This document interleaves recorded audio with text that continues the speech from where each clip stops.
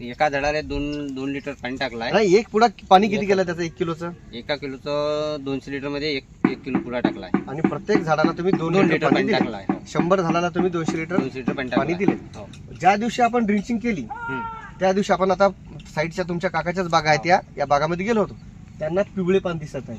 तर हे दिल्यानंतर या पानामध्ये कुठंतरी तुम्हाला असं पिवळेपणा जाणवतो सर? नाही, आणि पिवळेपणा नाही आहे, चट्टा नाही आहे, आणि काय म्हणतो चवडी म्हणजे पाण्यात साईज वाढली आणि काळा शार्प कलर येऊन ग्रीनरी. आता त्यावेळेस तुमच्या झाडाला सेटिंग होती, फळगळ होती, काही फळं लागलेली होती, पूर्ण सेटिंग झालेली नव्हती. परंतु आता बघा याची साईज, हे त्यावेळेस छोटे होते, हे लागलेले नव्हते असं विषय नाही.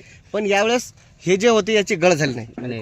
बरोबर आहे, जेवढे लागले तेवढे टिकले, आणि जे होते त्यांची साईज सुद्धा चांगली वाढली. आता बघा आपण हे हातामध्ये सुद्धा बसत नाहीत, एवढी मोठी याची साईज झालेली आहे. बरोबर आहे सर, क्वालिटी आता निर्माण झाली आहे. समाधान आहे, आणि अधिक दुसरं ड्रिंचिंग साठी घेतलेलं आहे. दुसऱ्या ड्रिंचिंग साठी आता तुमचं ग्रेनरी पाहून काकांनी घेतलं बोलवलंय. तर जर बघितली फळगळ नावाचं या ठिकाणी विशेष नाही राहिला, हे फळ फक्त फळ दिसत आहे झाडाला. क्वालिटी जबरदस्त आहे, साईज पण जबरदस्त याची भरलेली आहे. त्यामुळं शेतकऱ्यांनी लवकरात लवकर या मिशन मध्ये जुटायला पाहिजे असं वाटतं सर तुम्हाला?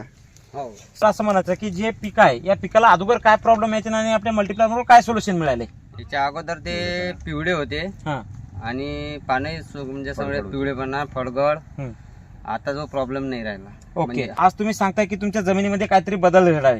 याच्या अगोदर काय ते बदल होते आणि काय नव्हतं आणि आता काय झालं हे थोडक्यात तुमचं उदाहरण सांगा. पहिले याच्या अगोदर गांडूळ होते नाही, तुमच्या शेतामध्ये गांडूळ नव्हते. आज रोजी तुम्हाला काय वाटतंय? आणि हे ड्रिंचिंग केल्यानंतरच ते गांडूळचं प्रमाण वाढलं, आणि झाडाची जे क्वालिटी आहे पानाची हे थोडीशी म्हणजे अशी लंबी चौडी व्हायला लागली. म्हणजे तुम्हाला असं म्हणायचं की मल्टीप्लायर वापरल्यानंतर गांडुळाची संख्या जमिनीमध्ये वाढली. आणि सर तुम्ही बघू शकता यांच्या झाडामध्ये खाली जाऊन बघा गांडुळाची विष्ठा सुद्धा पडलेली आहे. प्रत्येक शेतकऱ्याच्या शेतात आलेले रिझल्ट आहेत. जमीन भुसभुशीत होती आणि सुरुवात आहे सर नेमकी. आणि हे जे आपलं आहे एका ड्रिंचिंग मध्ये त्यांना संत्रा बागा किंवा मोसंबी बागामध्ये असे रिझल्ट मिळालेले आहेत.